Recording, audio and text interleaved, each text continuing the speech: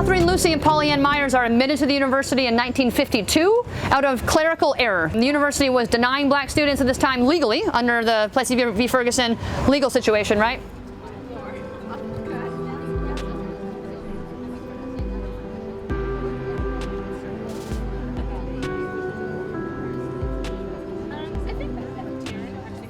Hill Ferguson's attorneys and detectives pressuring the banks who held the black students' parents' mortgages, right? A little bit of threat there of, you'd hate to lose your house if you piss off UA.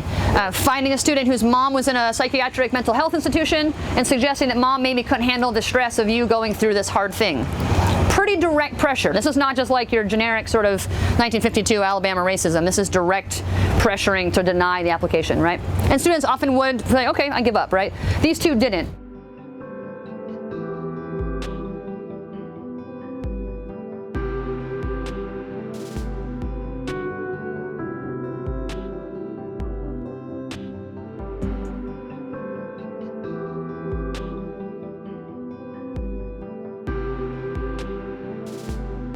They arrive during the winter term, so it's January, right, which makes it a little bit less of a big, hubbub. It's colder, it's rainy. They come over late January of '56 to pay their fees and make it official. And at that moment, Pollyann Myers is rejected out of a different cause.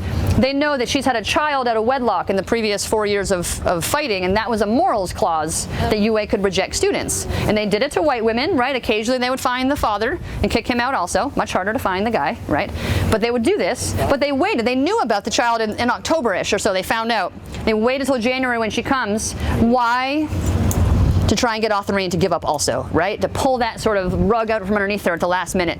So now, Autherine is the only student coming. She thought she was coming with her friend, her sort of bold, brave instigator friend, right? And that friend is now gone.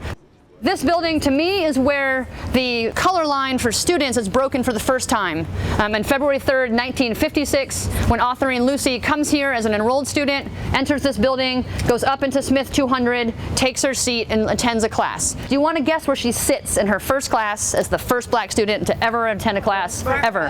Front row center. Front row center, right? Another clue to her character, right? She says later, I thought someone might sit next to me, right? She's about the nicest person in the history of the world, right? She's so sweet, right? Sits right there.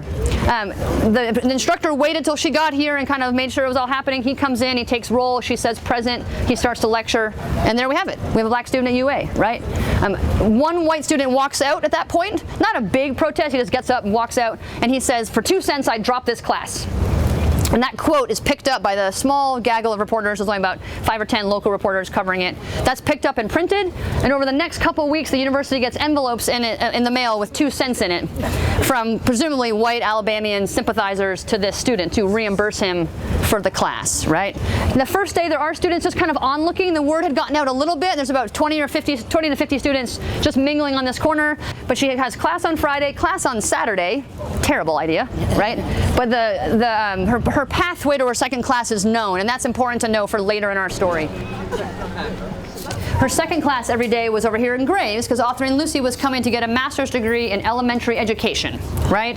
So our radical, revolutionary, changing the world, threat to white supremacy, coming to study children's literature in this building. Monday, February 6th, things go sideways for her because over the weekend, the white segregationist forces organize, and they're ready to fight her on Monday. So on Friday and Saturday night, there are rallies in front of Reese Pfeiffer Steps, which at the time was the student union.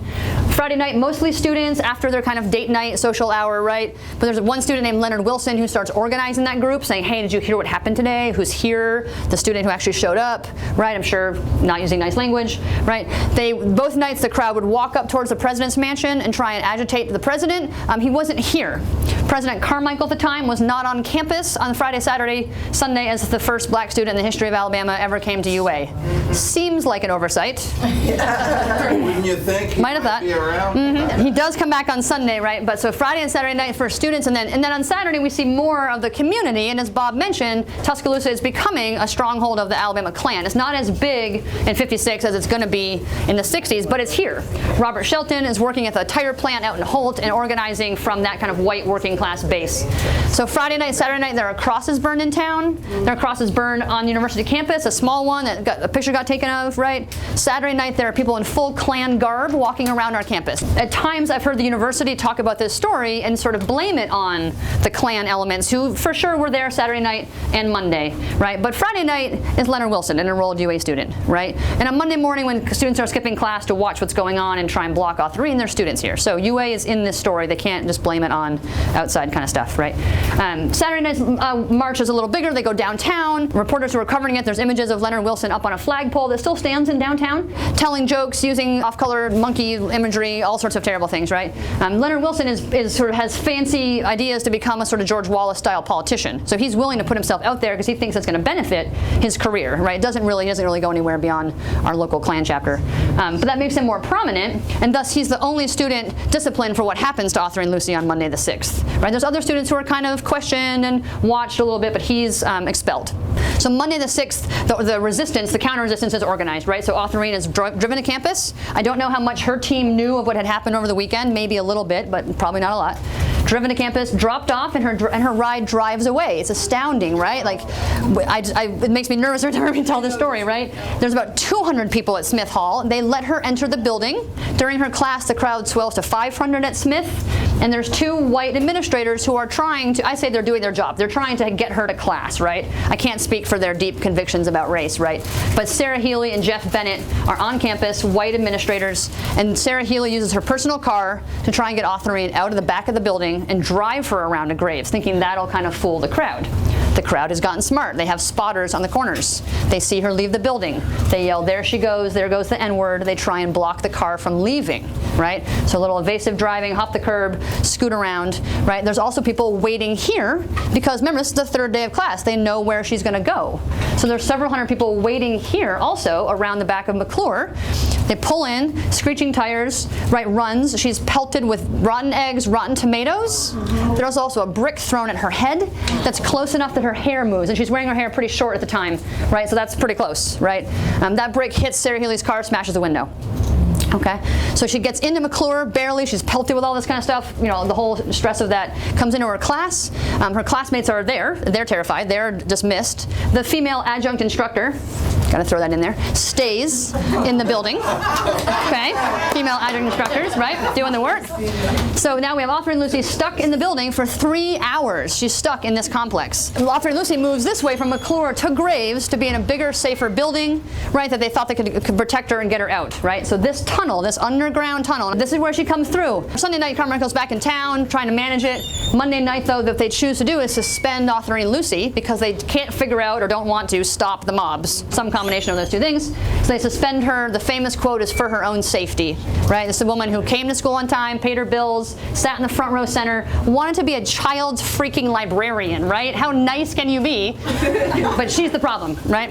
So the building is encircled by people. There's chants of kill her. There's chants of hey, hey, ho, ho, Autherine must go. There's N-word chant, all sorts of things, right? Again, no guns that we know of.